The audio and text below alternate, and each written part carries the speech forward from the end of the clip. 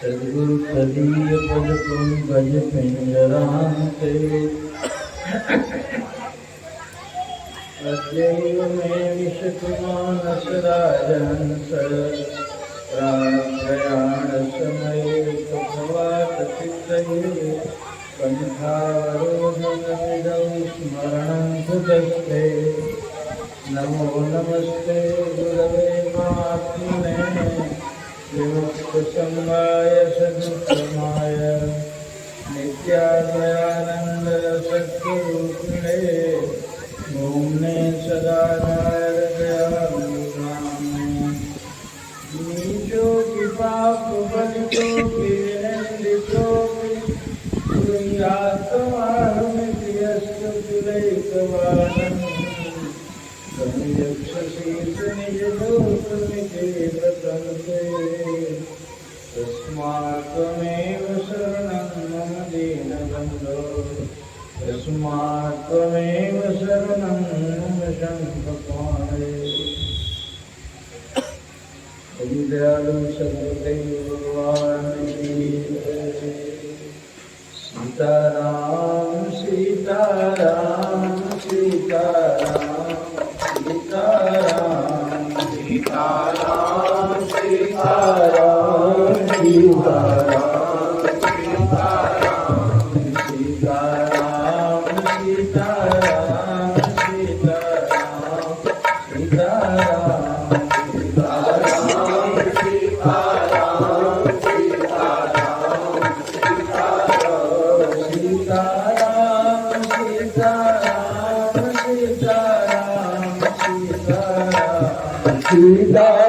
सीताराम सीताराम सीताराम सीताराम सीताराम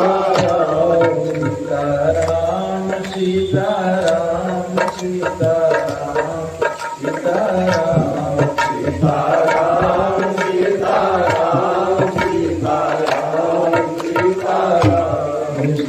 श्यामचंद्र भगवान की परमपुरी भगवान की सत्य सनातन धर्म की भक्तराज श्री हनुमान जी महाराज की उमापति महादेव की परम प्यारे दरबार के गुरुमुख सत्संगी धर्मानुरागी देवियों तथा माताओं, आज आपके एक दिन के अनुष्ठान का अंत हुआ है। अभी कीर्तन से लग रहा है कि पूरा परिवेश जिस तरह से चार्ज हो गया हो। रास्ते में भी कई जगह अखंड कीर्तन होते। ये कीर्तन की परंपरा बड़ी पुरानी है। आज के आधुनिक संतों ने उसमें बिल्कुल परिवर्तन कर दिया है और दिखावे के तौर पर कोई ध्यान कराता है, कोई यज्ञ कराता है, कोई योग कराता है। वह किसी काल खंड के लिए इम्पोर्टेंट था। योगियों का भी जमाना आया, लाहिड़ी महाशय जैसे लोग हुए, बड़े बड़े ज्ञानी भी सारे पांडित्य से भरे हुए शास्त्रज्ञ महापुरुष भी आए, भक्ति के आचार्य भी आए, चैतन्य देव जैसे। ये कीर्तन हमारे गुरुदेव प्रभु को बहुत प्यारा था। मुझे याद है उनका जन्मदिन परमपुरी में मनाया जा रहा था, तो ऐसा व्यवस्था की गई थी कि उनको एकांत में रखा जाए और नीचे कीर्तन की समाप्ति पर महाराज जी आएंगे 24 घंटे। कमर में ढोल बांध के नाच के लोग हरे राम कर रहे और उनके कान में ध्वनि जा रही थी। इतनी खुशी हो रही थी, इतनी खुशी उनका चेहरा देखते बनता था। ऊपर से झांक झांक के फिर कमरे में चले जाते थे। दूसरे दिन लगी कहने कि आज रात भर मुझे नींद नहीं आई है। नींद क्यों नहीं महाराज जी आई? तो बोले कि मुझे इतनी खुशी हो रही थी बच्चों को नाच नाच के कीर्तन करते देख के, कि उसी खुशी में ऐसा हो रहा था। उन्होंने यहाँ तक कह दिया कि बेटा ये यदि मेरे पास ऐसा होता तो मैं पूरे तुम्हारे जिला भर के लोगों को निमंत्रण करता और पूरे साल भर तक मैं कीर्तन करवाते रहता।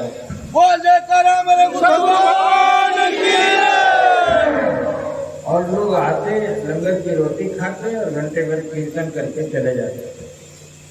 बुल्ले साहब की कहानी महाराज जी कहते थे, बहुत मुसलमान बड़े प्रसिद्ध फकीर हुए हैं और अनन्य गुरु भक्त भी थे। सुना होगा उनकी कहानी को कि एक बार उनके गुरु रुष्ट हो गए तो उनको आश्रम से निकाल दिया। तो इससे बड़ा दुर्भाग्य और होगा क्या कि यदि कहते हैं ये गुरु माथे से उतरे और शब्द बिहूना होए, ताको काल घसीटी है बचा न सके ही कोई। और बेचारा मारा मारा फिर रहा था कि क्या करूं, मेरे पर नाराज हो गए। तो किसी दूसरे फकीर के पास गया, जाके कहा महाराज मेरे साहेब, मेरे सदगुरु मुझ पर रुष्ट हो गए हैं, मैं मारा मारा फिर रहा हूं। उन्होंने कहा कि उनको क्या पसंद है? बोले कि वे रोज नाच और कीर्तन करवाते हैं। शहर की नर्तकियां आती हैं उनके भजन कीर्तन सुनाने के लिए। तो कहे कि तुम भी कीर्तन करना कर लो, उनको खुश कर लो। कहने कि मुझे तो आता नहीं गाने। कहा कि तो सीखा जा सकता है। तो एक नर्तकियां होती थी उस समय जमाने में, उसके पास गए, कहे कि माता तुम्हारे यहाँ मैं तुम्हारा हुक्का भरूंगा, तुम्हारे यहाँ चाकरी करूंगा, पोछा लगाऊंगा और मुझे नाचना सिखा दे, मुझे सदगुरु पर जाना है। और उसके यहाँ 1, 2, 3 नहीं 12 वर्ष तक उनको सीखने में लगा।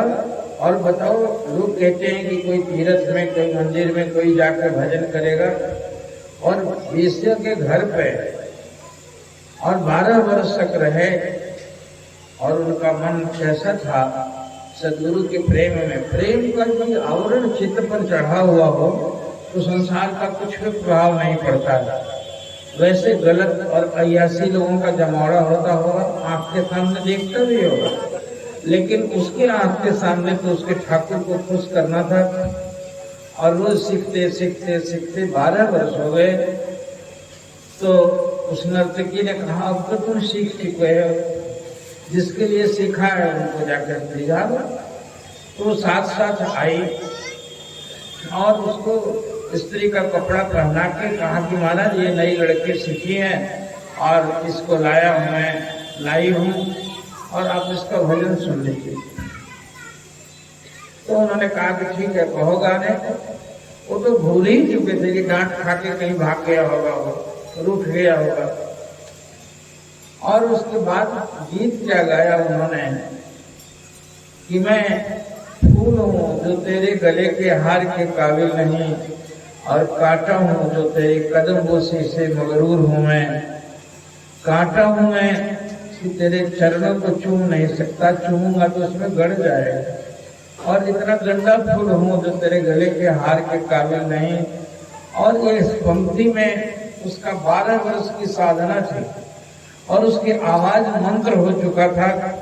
चीख के जब गाया तो सदगुरु उठ के चौके से उठ के और हाथ पकड़ लिया, कहा तेरी आवाज में दर्द है बेटा, है कौन तू, अपना पता बता। उनके चरणों में गिर बड़ा लिपट गया, एक ही पंक्ति में खुश कर लिया, आगे गाने की जरूरत नहीं पड़ी। उसकी साधना बोल मेरे सदगुरु भगवान की जय। उसकी साधना पूरी उनके चरणों में लिपट गया। कह के आपका भोला हूं मैं, नाम भी उसका भोला था।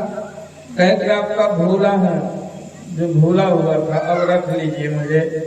उनको याद आया, कहा कि 12 वर्ष तक इसी की तैयारी कर रहा था। कोई साधना करता है जंगल में जाके, कोई कुछ करता है, और तो मुझे रिझाने के लिए गीत सीख रहा था। और उनको गले से लगाया, कहा बेटा तू भूला नहीं तू बुल्ला है, और बुल्ला नहीं तू बुल्ला शाह है। और गोद से लगा के अपनी सारी रूहानी शक्ति उसको दे दी। बाकी तो फकीरों का बादशाह बनाया था। और पूरे साधना से जो सर्वी ऊंचाई तक पहुंचते हैं उसको खुश करके कर लिया। कहता है कि बुल्ला नच के पीर नो, कहते हैं कि हो पीर नहीं रुसदा सौरभ जी, जो पीर दे मनाने जज होवे। महाराज जी ये पंजाबी का गीत सुना करते थे कि पीर जो है रुचता नहीं है, गलत फहमी में नहीं पड़ना चाहिए। और यदि उसको मनाने का ढंग हो तो बुल्ला इसका सबूत है कि बुल्ला नच के पीर नो मना छड़िया। कहते हैं कि मैंने छठे मंदिर मसीदा ते कुरान छड़िया, फतवे पढ़ने पढ़ाने ते किताबा छड़िया। ये पढ़ना पढ़ाना रटो शास्त्र पुराण मंदिर मस्जिद जाओ, और ये सब मैंने छोड़ दिया। और छोड़ दिया तो किया क्या, तो मैंने नाच के, मैंने घर, कहते कि सब छोड़ के मैं क्या किया कि घर नचनी ले जाके मैंने नचना सीखिया। और बोला नच के पीर न मना सीखिया। कहता है कि ये नचनी के घर जाके नचना सीखिया, और मैंने बुल्ले अपने गुरु को नाच के रिझा दिया और फकीरों का बादशाह बनाया। और इतने प्रसन्न हो गए उस पर, इतने प्रसन्न हो गए कि मांग क्या मांगता है। कहा कि बस जो मांग थी तो पूरी कर दी, आपको खुश ही न करना था, आप नाराज हो गए थे ना मुझसे। कहें कि नहीं कुछ तो मांग लो। तो वर क्या मांगता है, कहता है कि ईंट खड़के दुक्कड़ बज्जे और तपता रहे चूल्हा, आवे फकीर खाखा जावे राजी रहे बुल्ला। कहता है कि हे महाराज आपका आश्रम जो है ना, इस आश्रम में ईंट खड़खड़ाता रहे, कुछ न कुछ इधर तोड़ जोड़ मंदिर दीवार बनता रहे, और ईंट खड़कता रहे, और दुक्कड़ बज्जे। दुक्कड़ कहते हैं ये झाल आजकल हो गया, पहले के फकीर लोग ऐसे लकड़ी का टिट टिट आवाज करता था।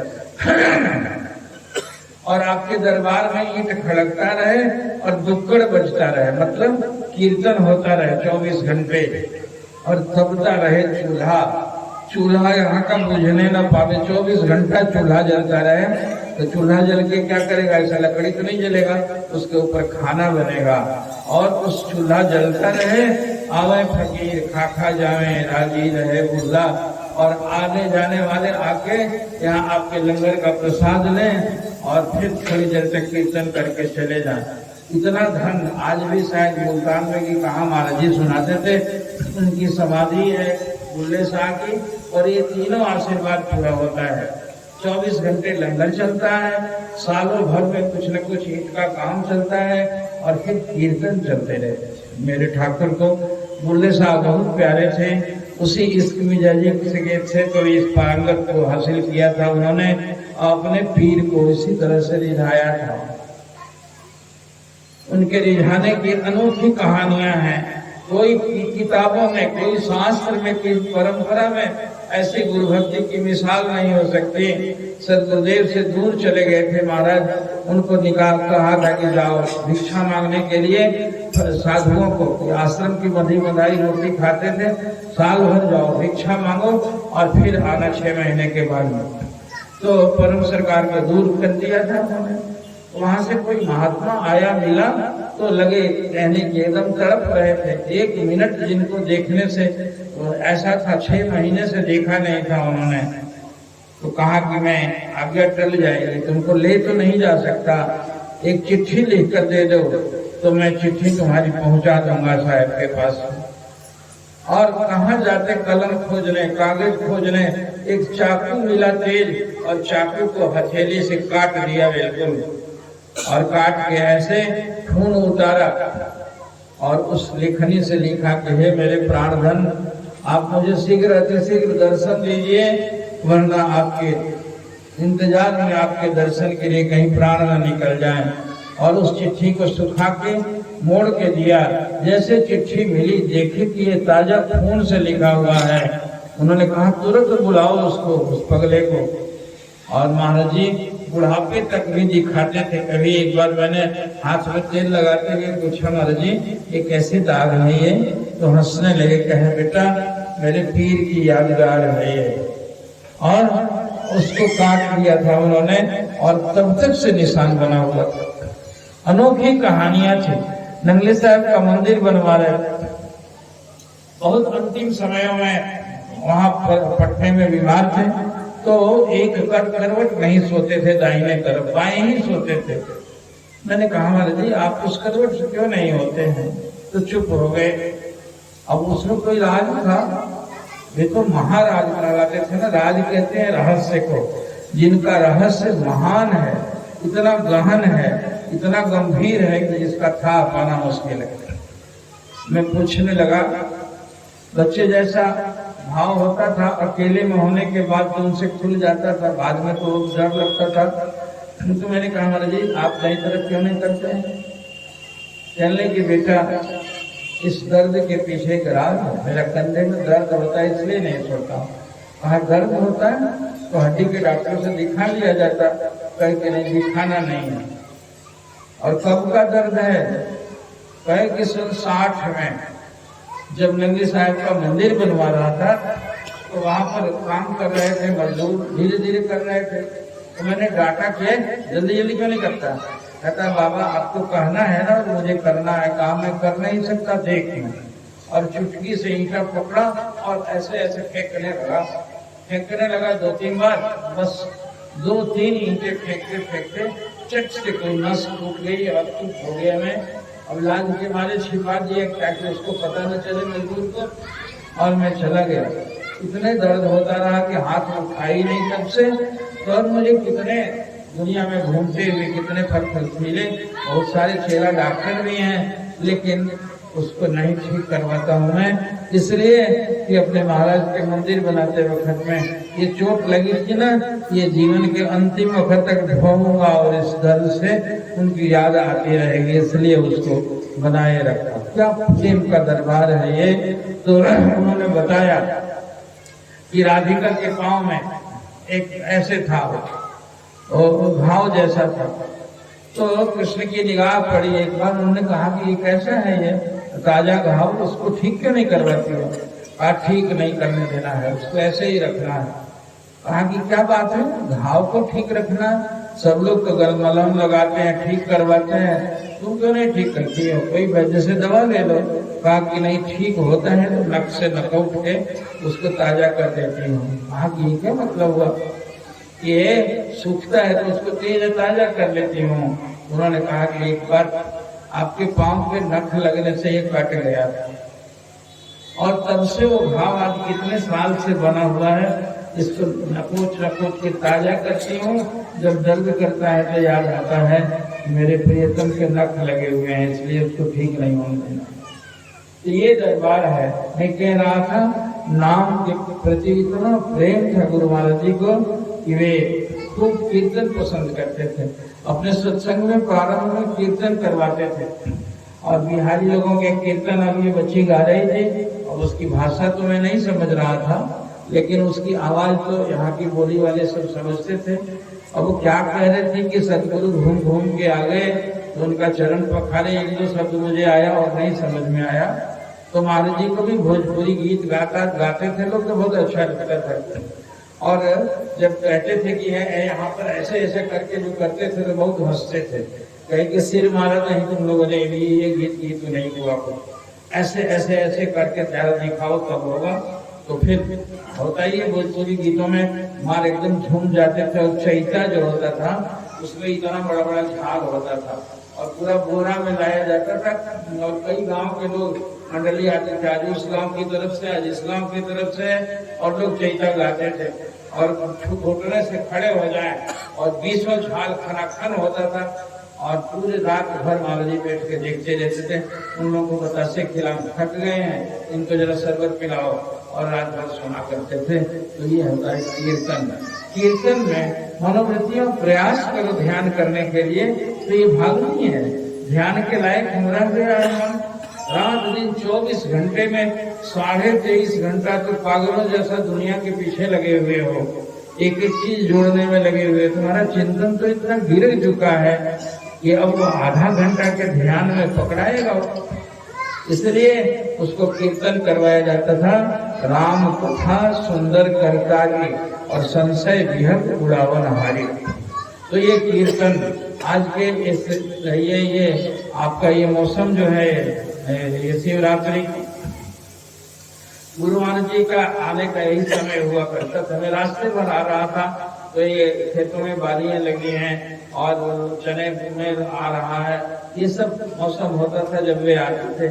साल भर हम लोग इंतजार करते रहते थे और वे महाराज इसी मौसम में आया करते थे। गांव गांव घुमा घुमा के लोग, उस समय गाड़ी मोटर और साधन नहीं था और उस पर बैलगाड़ी पर या उनकी पलंग समेत ही उठा के लोग गांव गांव घुमाया करते थे, उनका दर्शन करते थे लोग। और उन दिनों के साक्षी है आंखें, उन पूरे दृश्य को देखती रहती है। और होगा क्या, ध्यान और आसन और प्राणायाम और शास्त्र का जमाना चला गया। हम नहीं कर सकते अपने इष्ट को, अपने पीर को जिस तरीके से रिझा लें, जिस तरह से खुश कर लें और पूरी यदि वो खुश हो जाएगा। तो एक फकीर की कहानी रात में सुना रहा था कि वो बड़ा अय्यासी था, कोई मुसलमान, वो पियक्कर था, सब कुछ था। तो किसी फकीर ने कहा तुमको परलोक से डर नहीं लगता है? खुदा के पास जाएगा तो क्या जवाब देगा? तेरे कर्म इतने हीन है, इतना गलत करता है। तो बड़े नाज के साथ कहा कि मैं बेशक बहुत बड़ा पापी हूँ, मैं 1000 गलतियां करता हूँ, मैं दोषों का भंडार हूँ, लेकिन एक बार अपना रजिस्टर झांक के देखता हूँ तो एक ही बात याद आती है कि मैंने अपने पीर के साथ ईमानदारी बरती है और उसी से मुझे शाबाशी मिल जाएगी। सारे मेरे कर्म और गुनाह एक तरफ हो जाएंगे और वो पीर जो कुदरत को मुट्ठी में लेके बैठा है, जो पूरी कायनात का मालिक है, वह बख्श देगा। एक बार ताक देगा कि चलो ये बच्चा हमारा मेरे से तो ईमानदारी बरता है और उतने से मैं बख्शा जाऊंगा, सारी साधना का मुकाम मुझे प्राप्त हो जाएगा। ये गुरु भक्ति का दरबार है। जयकारा बोल मेरे सतगुरु भगवान की। हमारे ठाकुर ने, होगा किसी दुनिया की परंपरा के लोग करते हैं, मैं उनको निंदा नहीं करता। बहुत सारे लोग जो करते हैं, ध्यान करते हैं, यज्ञ करते हैं। महाराज जी कहा करते थे कि सामग्री जो तुम्हारी शुद्ध नहीं है, मंत्र का उच्चारण तुम्हारा गलत है और कहाँ से तुम्हारा यज्ञ पूरा होगा? पेट का यज्ञ तो घर का पूरा नहीं कर पाते हो और हवन और यज्ञ करोगे तुम? सीधा साधा नाम कीर्तन करो और गुरु साहेब के नाते सेवा करो। अर्जुन को सारा ही अर्जुन हम ही लोगों का भैया था और जिसको देखकर मोह जग गया, युद्ध क्षेत्र में भला मोह, इतना दिन विवाद क्या क्या हुआ उसके वक्त में, और सबका प्रतिशोध इतना था कि वे लड़ाई के लिए तैयार होकर जुटे थे। और उस समय मोह जग गया, ये दादा को जिनके गोद में फला हूं इनको मारूं, ये द्रोणाचार्य को, ये गुरुदेव जिन्होंने मुझे सिखाया है, कितना नालायक हूं मैं। इनकी 1000 गलतियां हैं तब भी कुछ नहीं है। मैं युद्ध नहीं करूंगा है केशव, और ये रखिए मैं जंगल चला जाता हूँ, मैं तप करूंगा, मैं क्या करूंगा। और बिल्कुल ही अपने मेरी त्वचा जलने लगी और वो आलजी वैराग्य था। स्मशान में जैसे लोगों को वैराग्य हो जाता है, क्या है दुनिया, कुछ नहीं, इतना जमा किया और मर गया। और लेकिन घर आने के बाद वो भूल जाता है। लखोटा वैराग्य कहते हैं, एक स्मशानी वैराग्य है, आतुर वैराग्य है। एक आतुर वैराग्य होता है मृत्यु के समय में, आतुर संन्यास। तो ये स्मशानी वैराग्य तो हो जाता है और लेकिन अस्थायी वैराग्य नहीं हुआ करता है। तो इसके लिए महाराज ने जो साधना बताई या जो कुछ भी बताया, जो दीक्षा के समय में जो भी दिया गया था, उन्होंने सेवा कराई। अपने ही सेवा के बल पर उन्होंने इतने महान पद को प्राप्त किया था। वे कहा करते थे कि बेटा मैंने गुरु भगवान की सेवा करके, तो हम एक बार एकादशी व्रत किए हुए थे, अब वो सूखा था, दिन भर को काम करना पड़ता था आश्रम का, तो मुझे वे मिठाइयाँ बांटते रहते थे दिन भर। मिठाई देने लगे, ले ले खा ले। मैंने कहा हमारे जी मैं व्रत किया, ही व्रत किया है, बड़ा व्रती है यार। अच्छा ठीक है, तो फल खा ले। तो मैंने फल खाया। तो रात में फिर मिठाई बांटने लगे, उनको याद नहीं रहा होगा, फिर मिठाई पकड़ा दी, काले मिठाई। मैंने व्रत, अच्छा हाँ भाई तो व्रत ही है।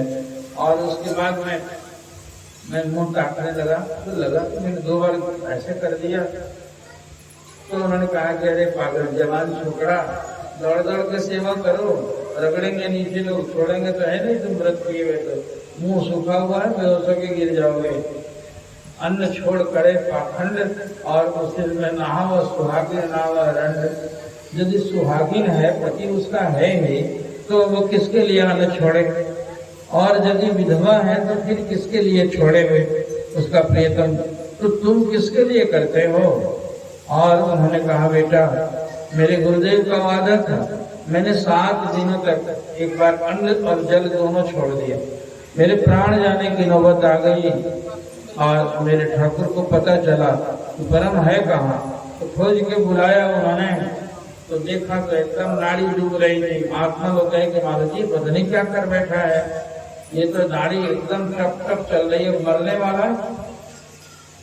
तब देख के वे गए, बैठ के, और दया लगी उनको, अपने उनके कंधे पर, अपने जांघ पर उनके सिर को रख लिया और अनार का रस निकलवाया। तो चम्मच से डालने लगे।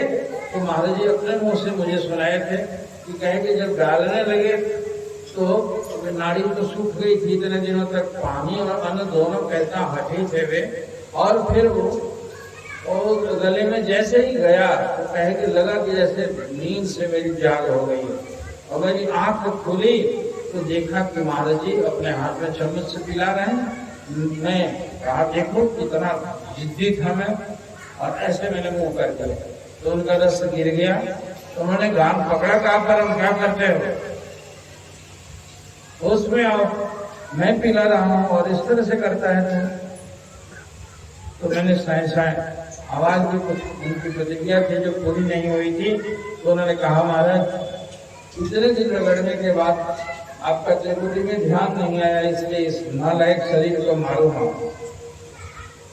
तो महाराज जी बहुत पहले सत्संग में सुनाए थे, कहने कि अच्छा मेरा सत्संग उल्टा असर कर गया, क्योंकि इसीलिए मैंने कहा था कि हट करके शरीर को मार डालो, चलो उतर जाएगा ध्यान करके, पियो पहले व्रत तोड़ो। कहा उतरेगा ना, कहा उतरेगा, ले ले। और पिलाया। तो महाराज जी उसके बाद चुप हो गए। मैंने कहा महाराज जी हुआ क्या? कहा हुआ क्या, ऐसे थोड़ी छोड़ने वाला था। मैं उनसे छूटा हो जाके कमरे में आसन लगा के बैठ गए और हंस के कहे कि अब तो ये जानकर क्या करोगे, वे तो समर्थशाली थे, कहे कि उतरे ध्यान में। और मैंने पूरा करवा दिया। बुल्ले नच के पीर को मना छठया, इस बुल्ले ने नाच के पीर को सुनला डाला, हट करके ऐसे कर दिया। तो ये कहते वक्त कहते थे कि तुम भी जिद करके मत करने लग जाना। कहते थे कि अब ये एक बार चनाव नदी गुरु महाराज जी के आगे से लांग गए थे और हाथी को डूबते छोड़ दो तो किसी को ले जाओ। शाम को फिर आए तो जान बूझ के हमको कहे कि चाय नहीं पिलाओगे, चाय पीने का मन है, ले बना कर मैं ले आके दिया। तो वो थे वहीं पर खड़े, डॉक्टर बाबा वहीं थे। तो हमको आधा पी के मुँह में लगा के कहेंगे तो अच्छी चाय नहीं, डॉक्टर को पी जाते नहीं पीते। अच्छा हम नहीं पीते हैं। अरे भाई अभी दो दिन से नहीं पीते हो चाय, कोई नशा तो नहीं है। थकान मिटाने के लिए मैं भी आता हूँ, 1 घंटा मंच पर बोलने के बाद तो गला गर्म करने के लिए घूट पी लेता हूँ। तो ये ऐसा खराब चीज थोड़े है। तो दूसरी बार तीसरी बार भी वैसे ही कर दिया। और फिर आदत जो थी इतने दिनों की हम नहीं पीते हैं। महाराज जी हाथ मुझे ले गए पंडित, उसमें है तो कहाँ खड़ा है मेरे पास, 3 बार मेरा तिरस्कार किया। अरे सत्संग सुनाते हो गए, कृष्ण जी ने को दुर्वासा जी ने अपना जूठा दे दिया था उसी प्रसाद को, और कृष्ण ने खुशी के मारे अपने बदन में दूध लेप लिया और उनका बदन वज्र बन गया था। तलवे में नहीं लगाया कि महाराज का शीत प्रसाद कैसे लगाएंगे, तलवा कच्चा रह गया था जिसमें बाण लगने से उनकी मृत्यु हुई थी। और शीत प्रसाद की महिमा गीत गा के लोगों को सुनाया करते हो, तुमको होश नहीं है। मैंने मुंह में लगा के कितने प्यार और दुलार को तुम्हें दिया और तुम इससे कहता है क्या करेगा इस नेम से, ऐसे ही सब लोग पहुंच जाएगा क्या? एकदम कांप गए वे। महाराज जी सिर्फ रोने लगे और बहुत क्षमा मांगे, कहे महाराज माफ कर दीजिए। हंसने लगे, कहे कि देखो ये नेम में ऐसे ही होता है, कभी कभी परीक्षाएं हो जाया करती हैं। बाद में दिन भर रोते रहे, बाहर जाके कान पकड़े खड़े कि अब ये कोई भी आदत ठीक है। अब वो एकादशी भी करते थे, व्रत भी करते थे। अब कहीं कहीं परमपुरी में राम नवरात्र के दिन 9 दिन हम फलाहार करते थे, वहाँ फल कौन देगा, आलू उबाल के खाते थे, लेकिन कुदाल चलाना पड़ता था, मेहनत करनी पड़ती थी। उतने से क्या होगा, कमजोरी तो लगती, और फिर साथे साथे में मौन भी करता था कि 9 दिन तक मौन रहूंगा। लेकिन याद आवे कि प्रार्थना करो गुरु महाराज जी की आरती और उस समय मौन रहूं, तो भगवान कहीं वाणी तुम कैसे दिए थे, हैं? दूसरों से गप में मौन भले रखो, लेकिन आरती और प्रार्थना के वक्त तो जबान खोलो ना, तो दोष लग जाएगा। सारे कीर्तन हो रहा है भगवान के सामने, चीख चीख के बोलो, तो आरती के वक्त बोल जाता था। और जो बड़े 2-4 बाबा लोग थे, अब वो लोग यदि पुकार बैठे तो जी कह के चला जाता था, और बाकियों से चुने गिने लोग थे जिनसे नहीं बोलता था। लेकिन कारण की बड़ों की अवज्ञा हम लोगों के समय में बड़े का बड़ा महत्व था। गुरु महाराज जी तो हम लोगों के पास बहुत कम ही रहते थे। जो बड़े गुरु भाई थे उनसे उतना ही डरते थे जितना गुरु महाराज जी से डरते थे। उनके चापाई के नीचे रात में जमीन पर सोते थे। मुझे याद है बाबा अच्युतानंद जी को तेल लगा के ऐसे किया, ठंड बहुत ज्यादा थी ऊपर में, तो बाहर में एक दरी बिछी होती थी, वो दरी पर सोया हुआ था। तो निकले और कहने लगे कि इतनी रजाइयाँ गद्दे रख के ठंड लग जाएगी, और उन्होंने डांट के मुझे गद्दा बिछा दिया और रजाई उड़ा दी। कमरे में चले जाके सो गए। मेरे मन में लगा कि अरे माँ को बुला के आया हूँ साधु बनने के लिए। आंख फूट गई दोनों बूढ़ों की। घर में बैठ के शिक्षक की अभी भी रो रही होगी कि मेरे बच्चे को इस ठंडक में पता नहीं कुछ मिला कि नहीं। और तो जो हासिल करने के लिए आया था, आराम तलबी करने के लिए आया था, तो घर में आराम कम था, क्यों छोड़ा था? उन बूढ़ों का काहे कर लिया? कहते कि उनके रोना जो है स्वर्ग की सीढ़ी बन जाती है। यदि केवल सारी दुनिया के लोग तो पत्नी के लिए माता पिता का तिरस्कार करते हैं, भाई का तिरस्कार करते हैं, बाकियों के लिए करते हैं, तो उनको तो पाप लगेगा ही, कारण कि उनसे बड़ा देवता तो कोई है ही नहीं माता पिता से। और उनके एक ही साक्ष्य बेटा, सारे लोगों ने शंकराचार्य ने अपनी माँ को रुलाया, तो उनके रुलाने की एक ही शर्त है, यदि वो भगवान की भक्ति के लिए यदि रुलाता है तो उसका और उसके माता पिता दोनों का उद्धार हो जाएगा, उनका आंसू स्वर्ग की सीढ़ी बनेगी। तो ये शर्तें हैं ऐसी। तो उस समय रात में याद आने लगा, नींद आ गई होगा। मैंने कहा माँ घर में रोती होगी बैठ के, नींद नहीं आती होगी। और मैंने धीरे धीरे अपनी रजाई और गद्दे को समेट के किनारे रख दिया और घुटना को सिर में लगा के रात भर सोया रहा। सवेरे बाबा जी उठे, देखे कि देखो फिटरा हुआ है ये। तो उस समय तो चुप रह गए थे, बड़े थे। उन्होंने गुरु महाराज जी से कहा कि महाराज जी इसको तो वैरागी का सिर बुखार हरदम चढ़ा रहता है, आप कहते हैं कि ठीक से रखते नहीं हो। कैसे ठीक से रखे? रात में जाड़े में इसको रजाई और गद्दा उड़ा कर दे दिया, भोर में उठा तो सारा समेट के बैठा। महाराज जी हंसने लगे। हाँ, यदि ये वैराग्य सचमुच है बेटा तब तो बड़ी बात है। लेकिन ये देखा देखी है हमारी। सुना है ना कि मैं जीवन भर तक और जूता नहीं पहना, 42 वर्ष की उम्र तक मैं अल्फी और लंगोटी लगा के रहता था। इसीलिए देखा देख के सुना है कि गुरु महाराज जी जैसा हम भी बन जाए शायद वैसे ही। तो मैं तो इतने बर्फों में गलता था, मैं इतने दिन बर्फों में गलता रहा। महाराज जी के जाने के बाद मैं ग्लेशियर चला गया, मानसरोवर के बर्फ में गला। कहते थे कि 1 इंच दूरी रह गई थी मौत से, अब यहाँ तक नाक डूबता और मर जाता मैं। तब वो तो उनके गुरुदेव की आवाज आई, है पागल जैसे शरीर को जबरदस्ती नष्ट नहीं करो। मेरे से जो ज्ञान और प्रेम पाया है इसको बांटने के लिए हजारों लाखों तरस रहे हैं और तो स्वार्थपरता दिखाता है। अभी लौट के जाओ तुम। और फिर उनकी आवाज से एकदम झंझना गया। वे कितने दिन पहले शरीर से जा चुके थे, वे लौट के आए और फिर सारे दुनिया घूमने लगे। तो हम लोगों का ये पसारा उन्होंने लाखों को अपने गुरुदेव के नाम का उपदेश किया, प्रचार किया। तो ये गुरु भक्ति का दरबार आज बार बार याद आ रही है। मैं दूसरा कुछ क्या करूं, कहता भी नहीं हूँ, मुझे किताब पढ़ने की आदत नहीं है। मैं कहता हूँ कि मैंने सीधा सा रामायण भी नहीं पढ़ा है और मैं न कोई शास्त्र न कोई बात, मेरे गुरु ने मुझे ये नहीं सिखाया। कहा कि बस बड़ों के सामने तो विनम्र बन जा। और बड़े कहते हैं कि ये कवच अभेद विप्र गुरु पूजा, ऐसन विजय उपाय न दूजा। राम कहते हैं, विभीषण जी जब कहते हैं कि हे महाराज, ये आपके न रथ है न आपके पाँव में पनही है, इसको कैसे जीतेंगे? वो 10 मुंह वाला है, आप 1 मुंह वाले हैं।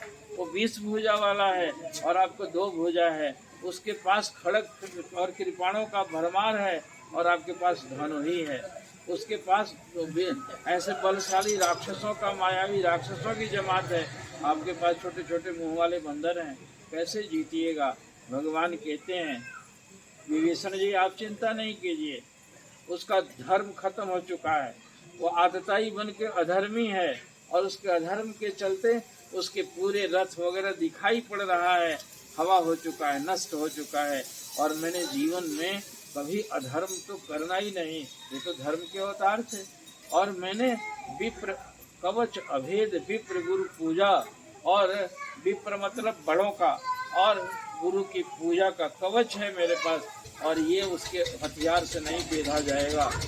कि सखा धर्म में असर सजा के जीत न सके कबूर पुता के। ये धर्म के रथ पर जो चढ़ता है उसे शत्रु कभी जीत नहीं सकते। और मुझे नाज है, वो हारेगा, उसे मारूंगा और विजय मेरी होगी। विभीषण जी ये कहा, ये कहते हैं आत्मगौरव, ये चरित्रिक शान कहते हैं, ये चरित्र का उज्ज्वलता होती है। ऐसे तो ये हम धर्म के, परमार्थ के, गुरुमुक्ताई के रास्ते पर लगे हुए हैं। नाना प्रकार के जो भी ऐसे ही कार्यक्रम किए जाते हैं, कराए जाते हैं, मतलब है अपने जीवन के कुछ क्षणों को, अपने धन को, अपने मन को, अपने तन को इस धारा से जोड़े रखो। गुरुदेव कहते थे कि गुरु महाराज जी का घर ये नर्मदा जी की धारा है।